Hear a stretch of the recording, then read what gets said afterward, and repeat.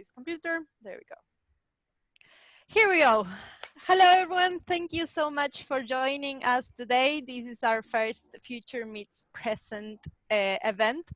This is a celebration for the International Youth Day. It happened a week after the day of the International Youth Day for a reason.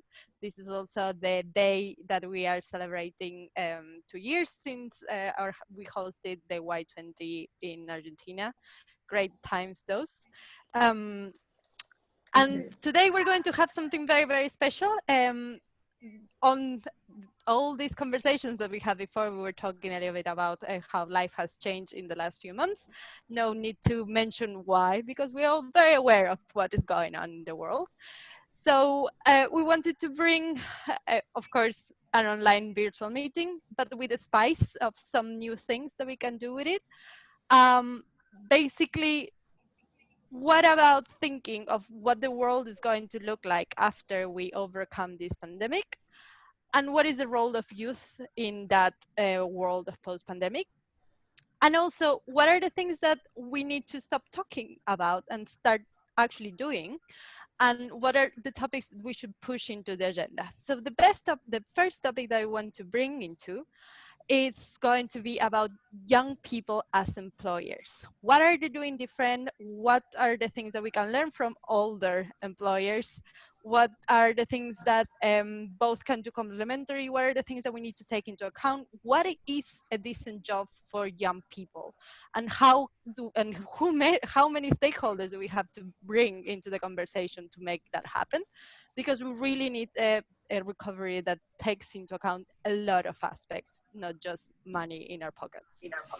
So we definitely are in the track of doing that. And to do that, we call this session a debate, but one of our speakers very smartly reminded that this is not a debate, this is an open round table discussion, which sounds even more amazing and Arthurian democratic.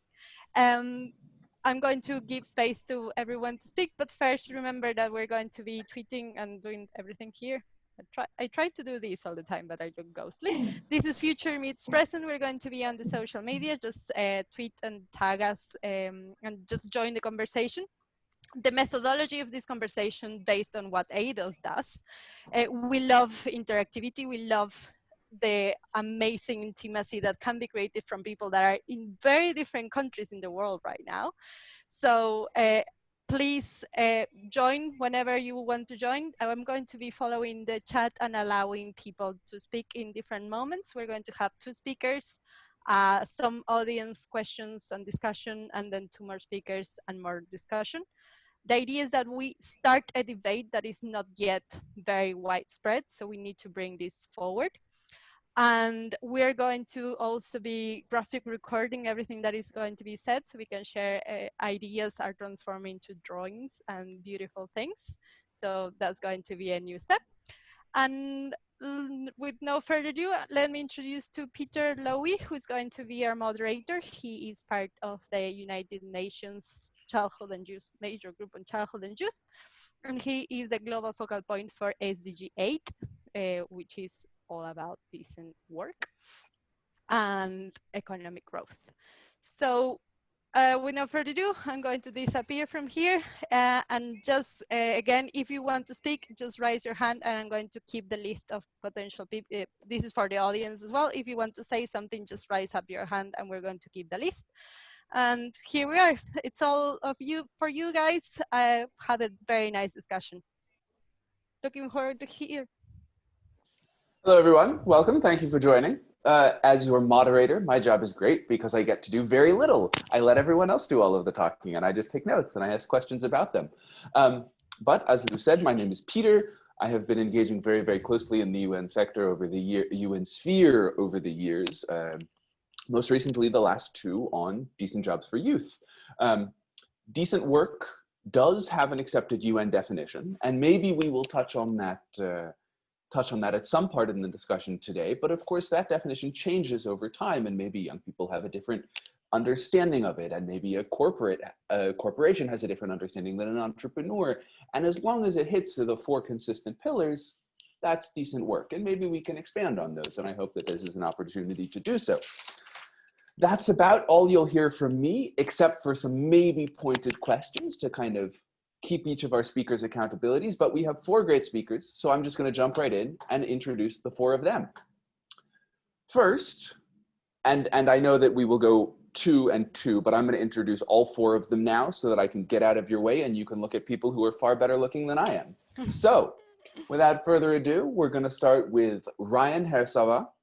Ryan is an Ashoka Fellow and founder of Virtualahan, a social enterprise that ensures that the most excluded populations of society are given equal opportunities in the digital economy using the equalizing power of technology.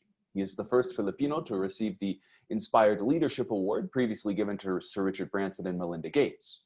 He is an emerging leader in the fields of innovative education, diversity and inclusion, impact sourcing, and the future of work.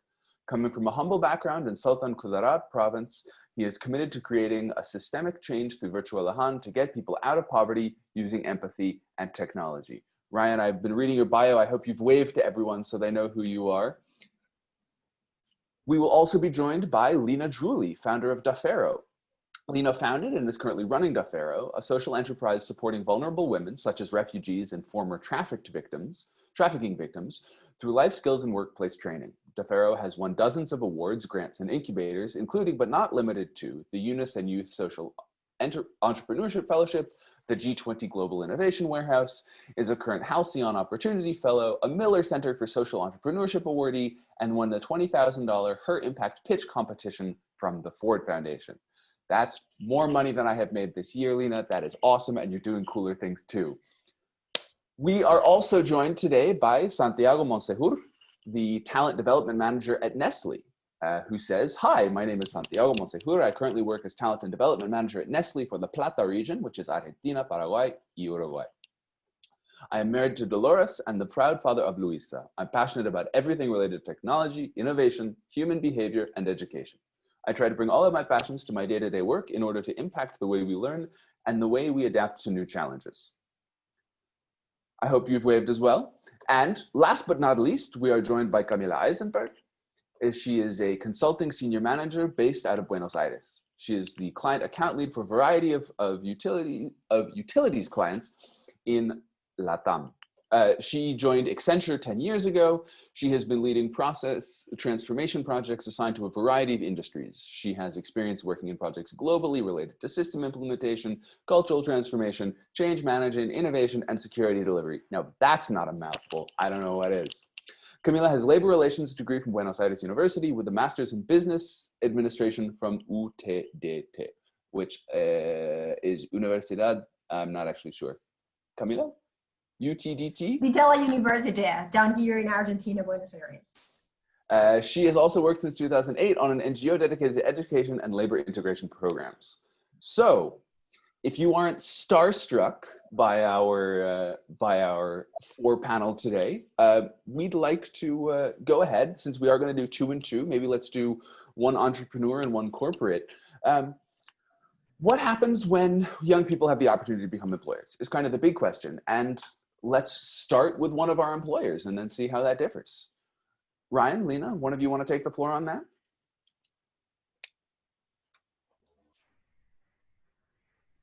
Ladies first, go ahead, Lena. Yeah. Great.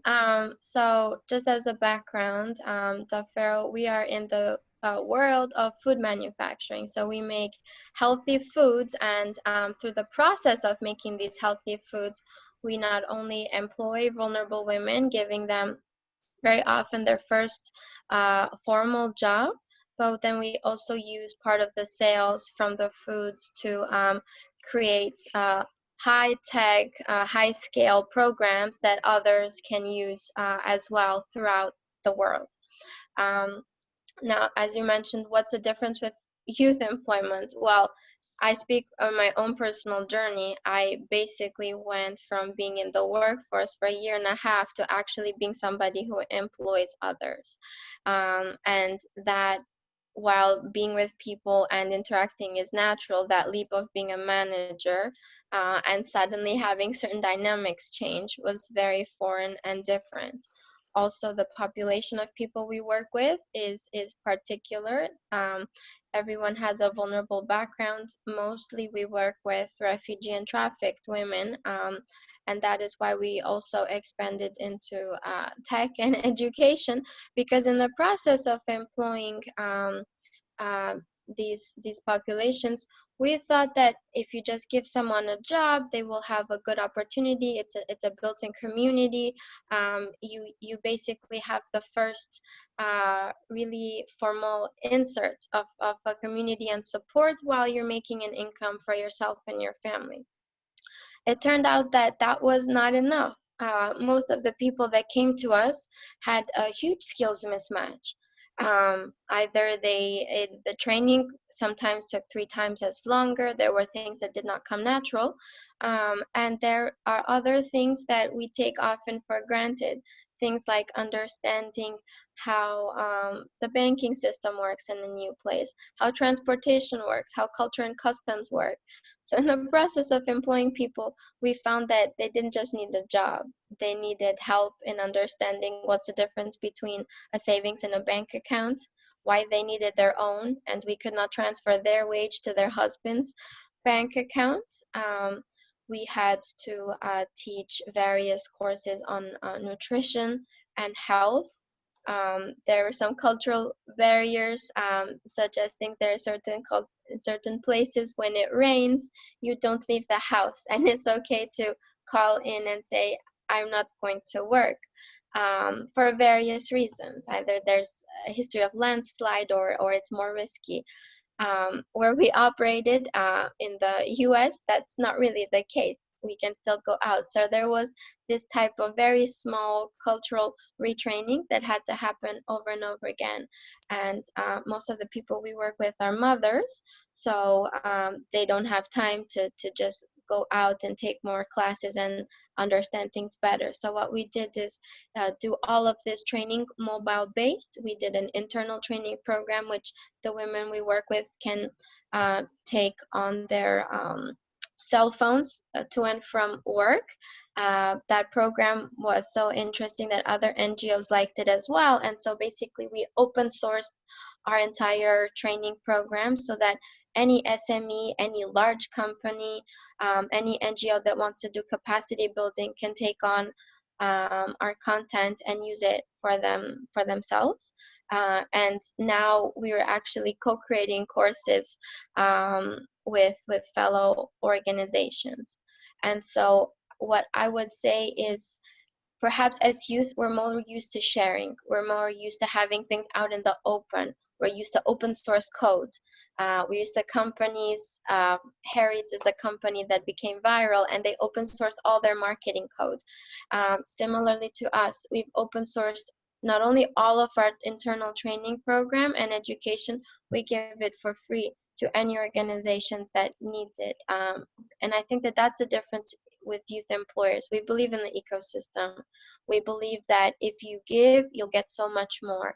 And that it's not, instead of having, okay, your slice of the pie is bigger and mine is smaller, we want to widen that pie, because more people buy into our mission. Eventually, hopefully, more people will buy our product, and more people we can employ and expand programs. So I think my 5 minutes are up. I'll leave it to everyone else. Thanks so much, Lena. And I think that's going to set a great stage for the discussion.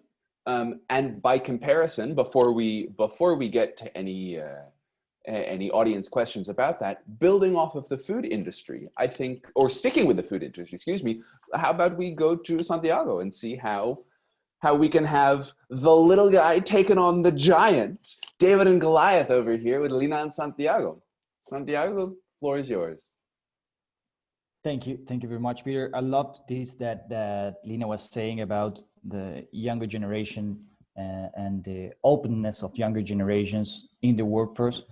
I don't see this as only as a characteristic of young employers such as Lina, but I also see it within the workforce and young people really making a difference in terms of culture and in terms of openness and not seeing interactions or conflict or collaborations as like a zero-sum game, but rather a way in which if I can share, everyone is more knowledgeable and more experienced with what I can share. So this in organizations, this kind of behavior in organizations, it's paramount for me, because it's one of the key for the digital transformation and for the adaptation, actually.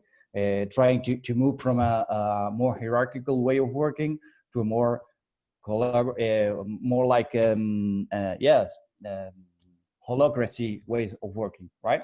So I think that these skills, these kind of ways of working that young generation bring to the workforce are, as I said, paramount for the continuous improvement and innovation of the companies. So my stand would be, it's not only, Lina, about what you just mentioned. It's not only something that young employers do as trusting in the crowdsourcing and trusting in sharing, but it's also that something that I can see in young in youth employees, right, within our company, that it's really helping us to transform the organization and the culture for the future, right?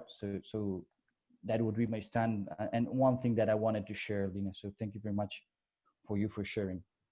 I know that I've already had my part of my 5 minutes, but let me please continue with the following.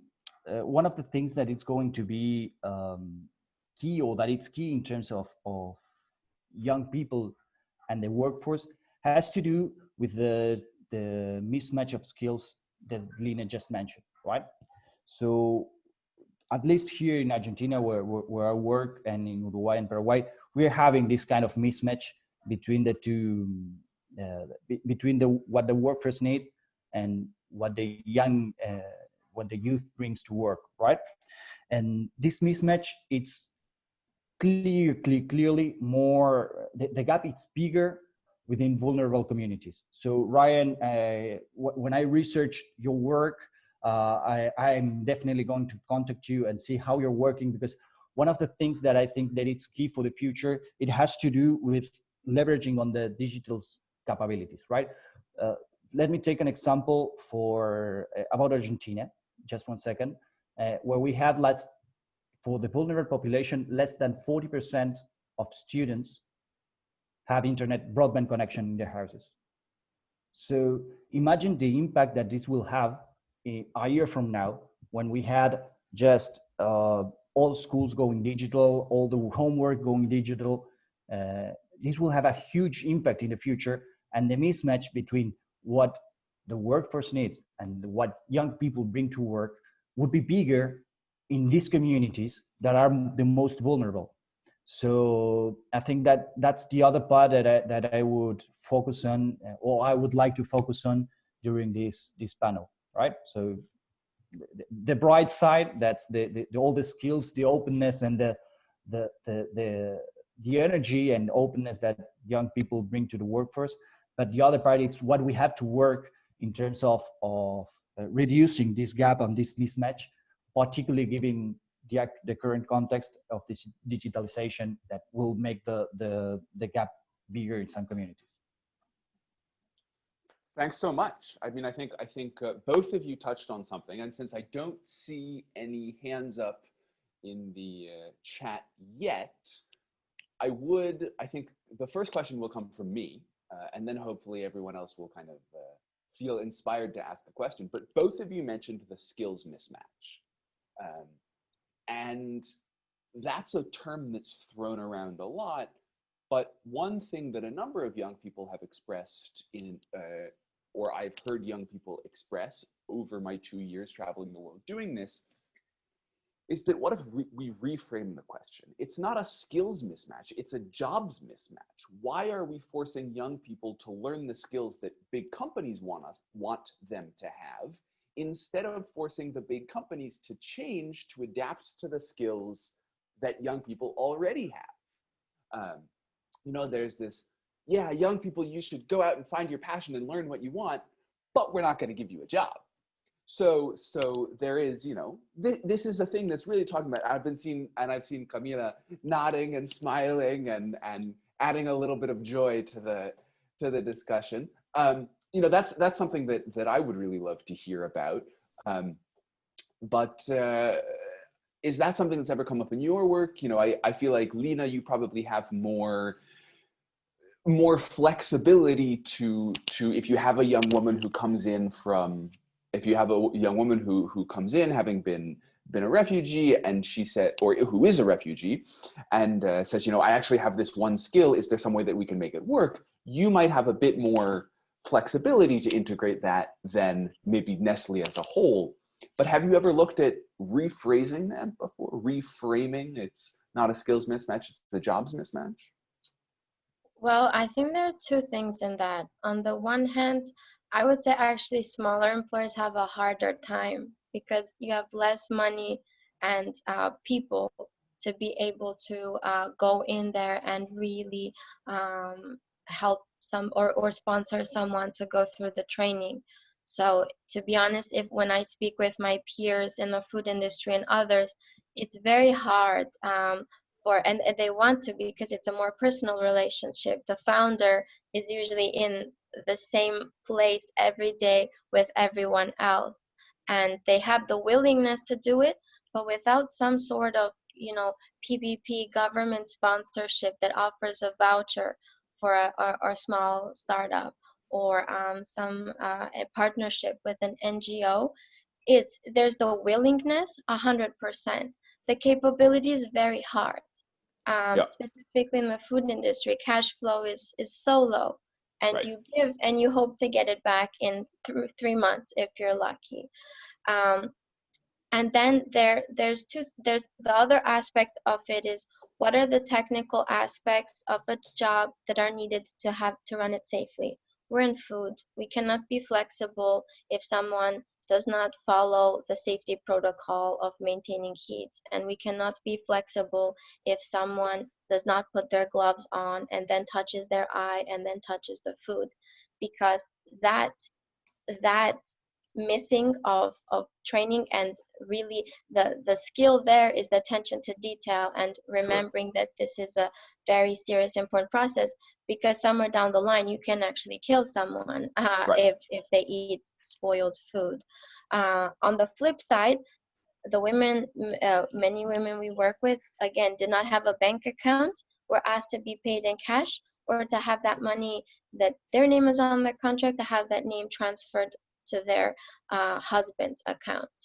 Instead of being a traditional employer saying, okay, you're too much work, that's enough. We don't do that. We teach them everything there is to know about financial literacy, and we go in there and we meet them where soft skills and life skills are. So I Sure. think there really has to be the key, I think, is partnerships and consortiums to help every player, because we can't just expect one person to rescale. Okay, you now go to school for 2 years, get a formal apprenticeship, and then come back to me. At the same time, we cannot ask for employers to just completely change the job descriptions and turn into industries that they're not. So I do think there has to be involvement of the government with some form of wage or training subsidy, and NGOs that can provide that training. Santiago. Thank you, Peter. Just to reframe your statement, I liked this idea of jobs mismatch.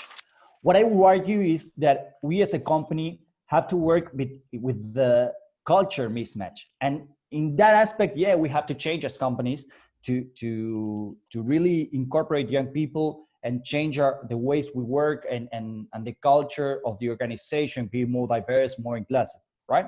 In general terms, right? In the private sector.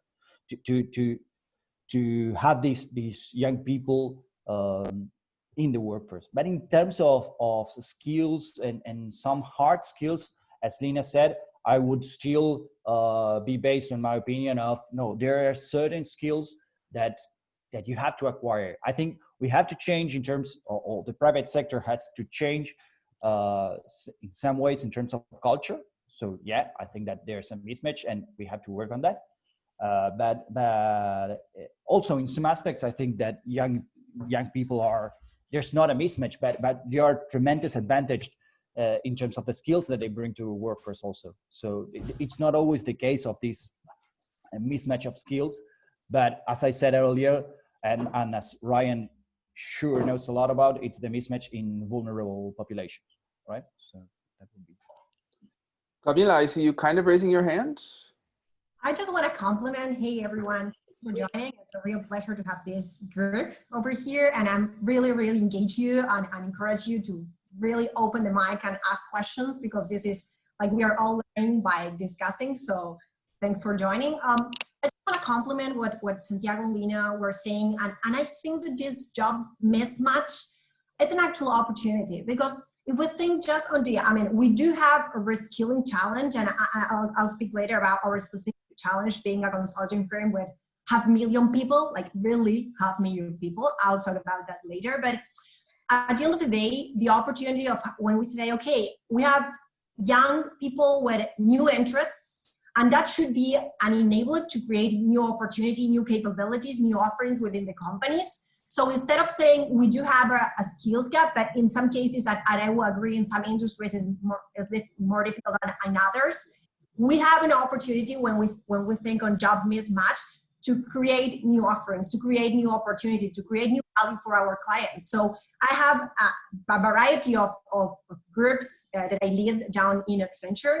And if they raise, hey, I'm interested in doing this and that. So, okay, let's explore that, then discover what are the opportunities, and let's build up. If we need to engage a smaller company to work and partner to drive a new offering or a new capability aligned to the to some generation interest, let's do that. So I think there's a challenge, but it's also an opportunity to create new things just by saying, okay, this job mismatch, it's something that we can work and we can co-create. So with the skills that we have, we can still co-create like new opportunities within the company. So just to complement what Santiago and Lina were saying.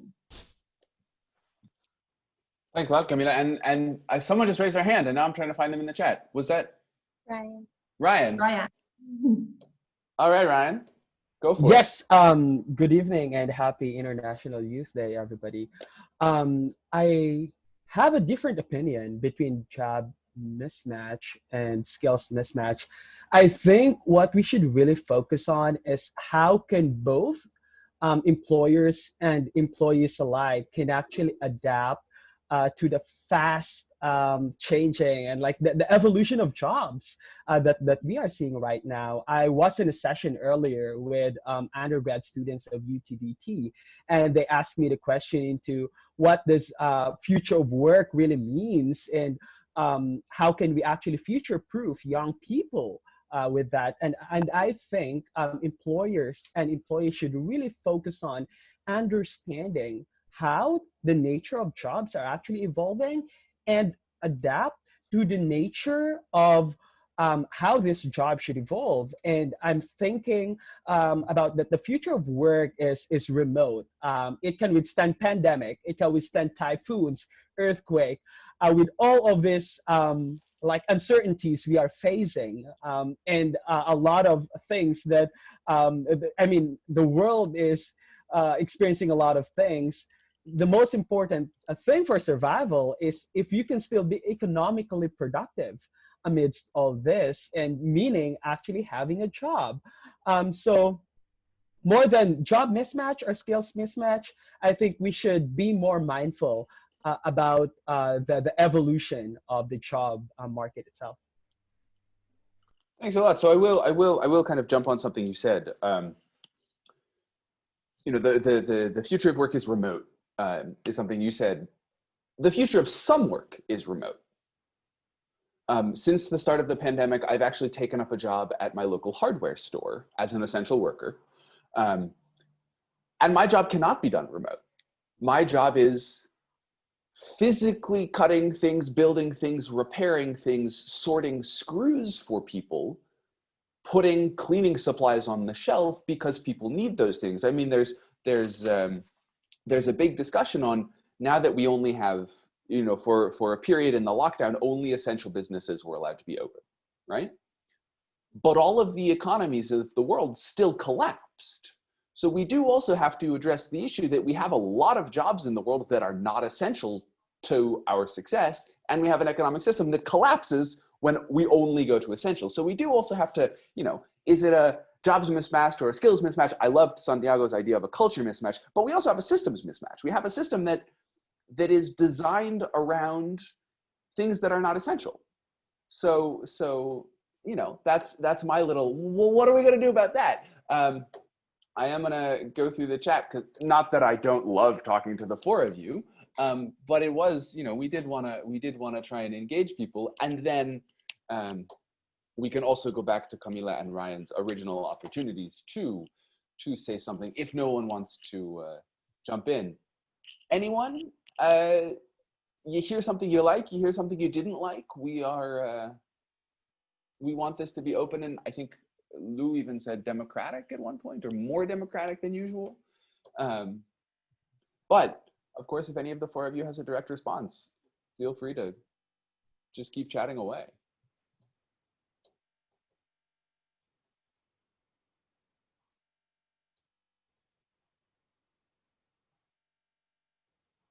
Did you freeze? Are you? All right. Well, I think. Go ahead. Yeah, I think it's good to transition now to also right. give our positions as entrepreneur, and also Camilla, because the work that we do is very interrelated and very similar, and we're even partnering with Accenture here in the Philippines. So coming to the original question that you have, Peter, just a little background about the work that we do at Virtualahan. I started the company when I was 22.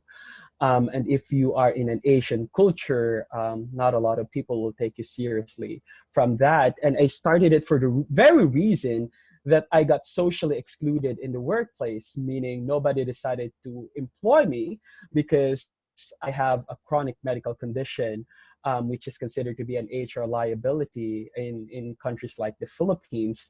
And the mission to break down employment barriers for persons with disabilities, persons with chronic illness, indigenous peoples community, even former sex workers and recovering drug addicts was born. And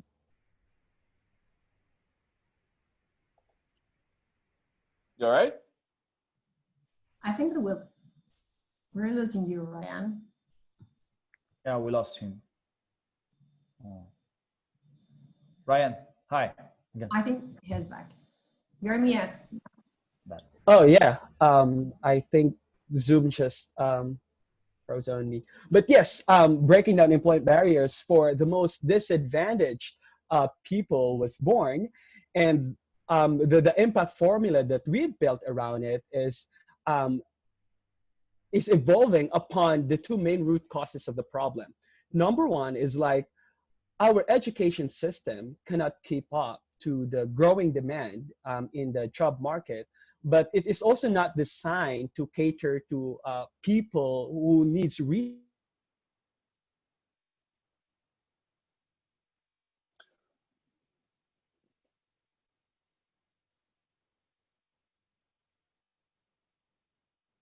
Nope, lost you again, Ryan. But I mean, I think education system can't keep up with the job market is a great place to start.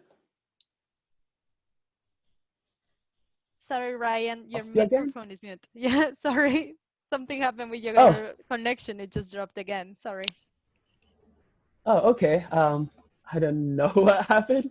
I was just talking. The last thing I heard from you Mhm. was the education system can't keep up with the job market, and then that was Correct. one of two causes. Right. And also it's not designed to cater to people who have limitation, and especially like in terms of accessibility.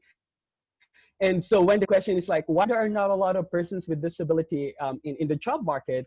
And the answer is because our education did not prepare enough talents for them to actually be qualified for competitive employment.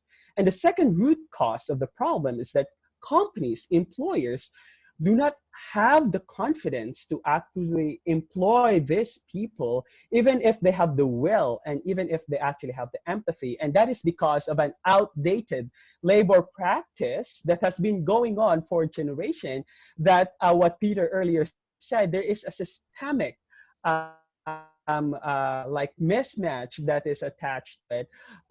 Persons with disability and disadvantaged people are automatically labeled as incapable of actually delivering results in the workplace, and therefore seen as not a positive investment on the side of employers. So and that's what we did. And the funny part is, because we're talking about young employers, I have 24 direct employees right now, who's managing over 500 community members that we've placed in different organizations. And I'm always the youngest person when we actually have the meeting.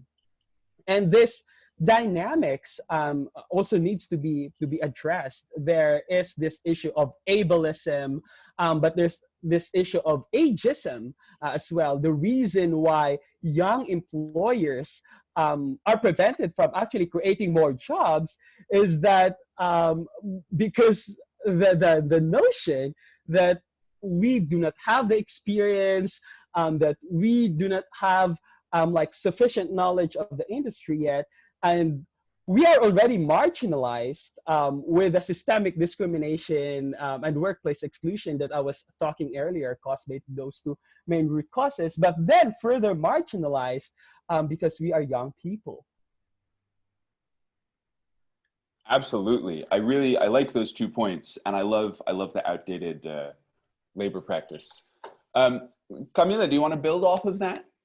Yes, definitely. And thanks, Ryan, for raising this related to inclusion and diversity, because, and I was saying we are 500,000 people, like just to figure like the amount of people we are, we can actually feel, we would need like 5 Barcelona stadiums to put everyone on the same place, just to figure out the amount of people we are. And the only asset that we have is talent, okay? We don't have any other asset around more than 20 countries. We just have talent, know-how. So we do think that the skilling process is something, is not, I mean, when we think of talent strategy, it's not something that we do, it's something that we are, is our, you know, in our DNA, and that this is something that we build up for our clients, but we build up for the society. We're talking about young people. Young people, I mean, for me, and this is my personal experience going through a company that changed a lot in 10 years, young people are becoming leaders. So there's an opportunity to think from a more ecosystem point of view. We are not like a corporate trying to get money, as Lina was saying at the very beginning. We are part of an ecosystem, and we have a responsibility, not just having a corporate citizenship group, for instance, that work with Ryan's group. I would say that we have more than 3 million people equipped with skills to get into the market and to have an employment, no matter where they are from. But yeah, we really work together. But this is not just a matter of doing this as corporate citizenship. We really believe this is part of our DNA. And for the future, to be successful, we need to think in responsible business. It's not just that I do business and then I have a corporate citizenship group that works for the ecosystem. We belong to an ecosystem, and we do have a huge responsibility to be part of it and to do business in a responsible way. And doing business in a responsible way, it's ensure we provide and give the possibilities to everyone to get the skills, to get equipped, and to enter the labor market, and to have everyone the same opportunities. So this is something, and I will reinforce, this is something that we do have a huge responsibility. And I would say to Santiago, as a leader in a corporation, we have an enormous opportunity, but a huge responsibility on making responsible business. And this includes social, economic, environmental kind of point of view. It's not just like I do things and I show what I do. It's on the whole value chain, the end-to-end process, to be responsible. And that includes also ensure we equip our society and the ecosystem with the right skills to be prepared to the future. Awesome, and I think that's a great segue to a question that we got a minute ago. So maybe I'll direct Maru's question peripherally through you. I mean, I think you've already answered it, but Maru types in the chat, question: do you think there is real opportunity for young people to have an impact on companies, or do their efforts go unnoticed? Do young people have to become employers to make a difference? I love that second one. Do young people have to become employers to make a difference? Can I try to start with the response? I think that we can build up together in a collaborative way. Of course.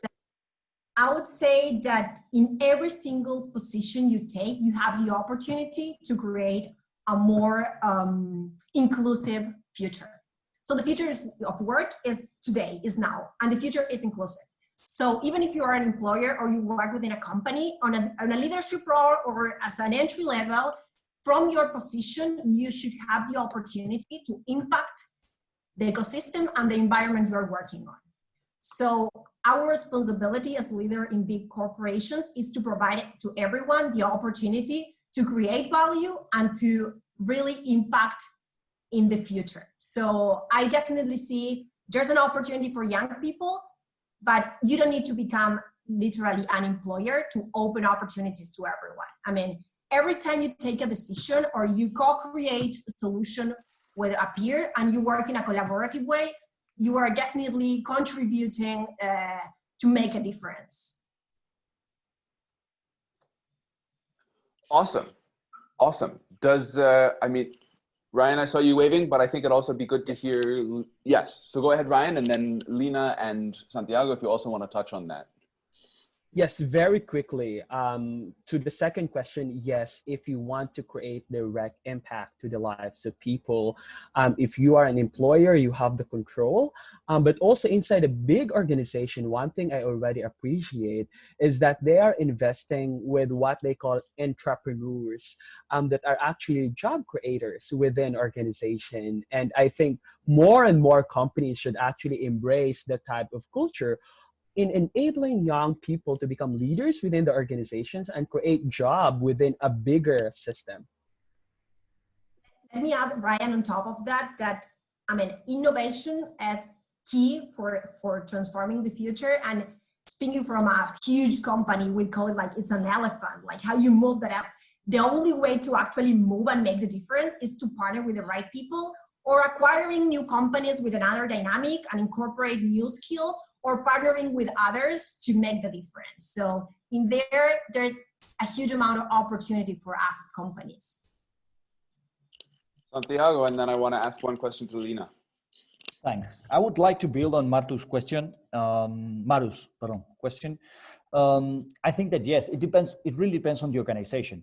I think young people tend to want to go with their own projects and be employers, just as Ryan and Lina, because they sometimes kind of feel frustrated or don't feel that they have the possibility of fulfilling their purpose within a big organization, right? But I think that it really depends on the organization that you're working on. And it really depends on, again, the culture that you're building as an organization. When you have a culture where the CEO of the company is mentor of an Ashoka entrepreneur, when you have different managers that are mentors of different Ashoka projects and entrepreneurs, you kind of start building this culture, this organization that really values the energy of young people, really values them as change makers, and you kind of get this culture where yes, young people can really make a difference, but will really depend on the culture of the organization you are into. I'm glad and happy, and I have the most of luck in the world to be in an organization that does these things. But I think it really depends on the organization. Lina, they've suddenly started construction here. Let me know if it's too loud when I speak. No, I think I don't hear anything yet, but you might be muted. I mean, I wanted to ask, going back to Maru's second question, can young people make a difference? Do young people have to become employers to make a difference? When you started Dafero, was that on your mind? How much of your starting your own company was because the other companies wouldn't allow you to make the change you wanted to make? It was, well, the thing is, in my case, I transitioned from a very different industry into the food industry. I was working at the World Bank when I started Dafero, and so doing mass country census and economic change is very different from making a jar of date spread. um, but I would say that part of it does have, from an employment perspective, everyone said it's impossible, it's too hard to work with this population, you can't build something completely around vulnerable communities, etc. And at the same time, nobody wanted to make my product. So really, no country, no company was open to it, no company was open to collaborating, so designed the machinery and made it ourselves. That's not to say, that's not to say that it's not possible, but I think it has to be the right environment. Obviously the World Bank is not the right environment to start a small uh, product based project. It's just so completely out of their scope that the place doesn't understand it.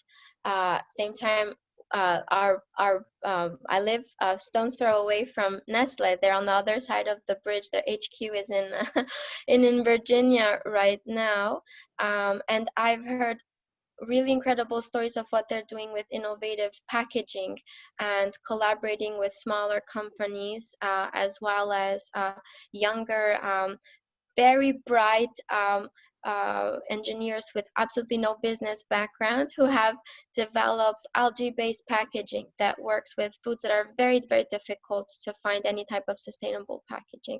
So I think the real key for intrapreneurship to work is that it has to be the right fit, right? You really have to be in the right organization, but for young people to be able to plug into a large organization that does have all the resources, that can put money into R&D, that can take on risks, I think some really cool things can happen, and it empowers everyone along the way. Awesome. Thank you, all of you. I'm just checking the time, and I know I want it. Lou is waving here, so maybe I'll give it back to her, and if she'll make a quick announcement, then we'll get some closing, and then we'll switch to the next one. And Ignacio, you have a great question. I'm going to answer it in the chat. I don't know what to say. This has been an amazing.